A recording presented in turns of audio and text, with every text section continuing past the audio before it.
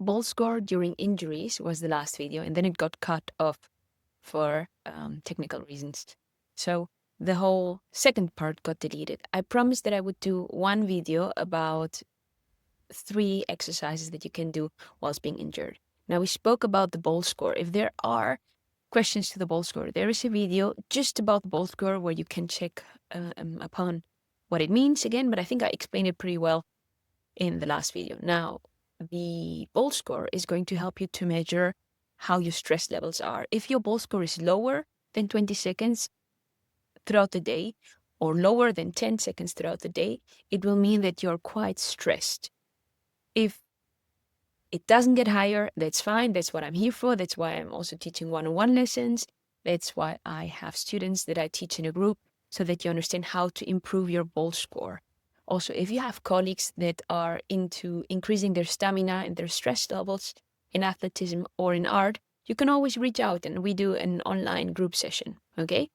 But for now, if you want to increase your ball score, you need to start doing specific exercises. And one of these exercises are the breath holds. The breath holds are key to improving your CO2 tolerance, and specifically to improve your CO2 tolerance and simulating training stress.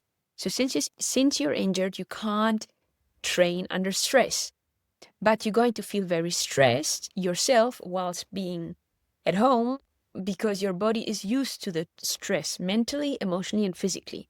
So we want to simulate the training stress whilst being injured with specific breathing exercises that are going to help your oxygenation to stay on top and your CO2 tolerance to maintain its level or even to become better through the injury, because you are learning how to implement your breathing, understand your breathing muscles and your rib cage, to understand your neck muscles and how to use your face to breathe better during this injury, which is going to make you improve during stress in training. And when you come back, everyone else will probably be breathing worse than you just because you've been working with me long distance. Yeah, so I'm really keen and motivated to show you how to do that. And breath holds are a great way to do that. If you are injured and you're just laying, don't worry not, because you can still lay in bed and do these exercises. If you can sit, you do them sitting. Start laying, do them sitting afterwards, do them standing, and then if you can walk, do them walking. I'll be teaching online classes. I'm already teaching them, but I'll be teaching more online classes. So reach out to me via Instagram or via my homepage to join them, as I'll be guiding you through in those. But for now, I'll explain to you what you can do by yourself and guide yourself through. There's nothing that you can do wrong. You might just do it your way whilst doing it alone. So what you're going to do is, we've done this already before as well a little, but this time you want to hold your breath in between 5 to 100 seconds. If you're really, really good at whatever you're doing, you might have a very high CO2 tolerance. If you're really, really good at whatever you're doing, but you're suck at breathing, you might have a low CO2 tolerance, which is both absolutely fine. So in between 5 to 30 seconds for people that are learning how to do this. If you're a runner and have a very good, or a fighter, have a very good CO2 tolerance, you can go up to 100 or 120 seconds breath holds. What you're going to do is this. You lay, sit, stand, or walk. Inhale, exhale through the nose. Always only through the nose in my technique. There's an advantage. Always works through the nose. Inhale, exhale. Hold your breath for 5 to 120 seconds. When you let go, inhale through your nose. Very important that you inhale through the nose. And hold this until you feel a moderate air hunger. Moderate air hunger means that you feel a bit uncomfortable. If you start to get used to this exercise, because you're going to do it for 6 to 10 rounds, holding your breath for 5 to 120 seconds, 6 to 10 rounds, 3 times a day. Laying, sitting, standing, or walking. 6 to 10 rounds,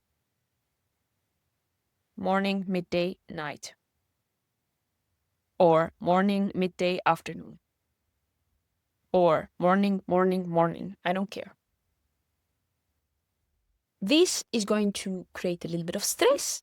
This stress is a very good signal because this means that you are really working on your CO2 tolerance, because whenever your CO2 tolerance gets higher, your body starts to feel a bit desperate, your brain gets stress response, your brain thinks, oh my God, freaking out, I'm going to die.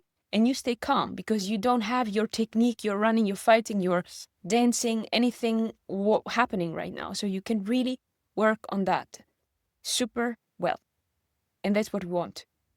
And this, the more you do it, every day, 6 to 10 rounds, at least once, twice, 3 times, okay? The more you do it, the more you're gonna get used to it, the more stress, and at the same time, stress release is going to happen.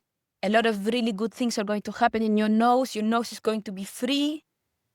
Your lungs are going to be free. Your brain is going to be free. Your spirit is going to be free. This is the thing to do. Really, really important exercise, really good exercise. Next to the bowl that you're going to do 3 to 5 times per day. 3 to 5 times per day. 6 to 10 rounds, once, twice, or 3 times per day. The breath holds. And this is going to help you to stay sharp physiologically and psychologically whilst being injured. The third exercise for now is going to stick to nasal breathing throughout the night. So tape your mouth at night, tape your mouth at night. I think I did a video where I looked like a dead person and the quality is also really bad about night breath, sleeping, breathing at night. Look and check that out, or just do whatever I tell you. I mean, you don't need to do it. Actually, I say to do what people tell me. And I also don't like to do what I tell myself. But when I don't do it, I get worse. So I have the option. Either do it or not do it. Worse or better. And in the end, you know what? You're going to continue breathing. It's just a matter of time that you feel more anxious or not.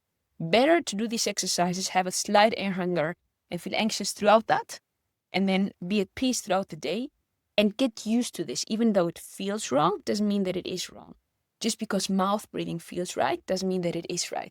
Only because looking at the phone like this means that it feels nice doesn't mean that it's nice long term. I also eat a lot of sugar at times doesn't mean that it's bad. You didn't expect me to say that. There's a sugar diet. Gonna check that out and watch a video. There's a sugar diet. There's everything. You can do anything and there's a reason for everything. The reason for us to do this is because it simulates stress in training. It increases your mental, emotional, and physical health. I think that's enough reasons.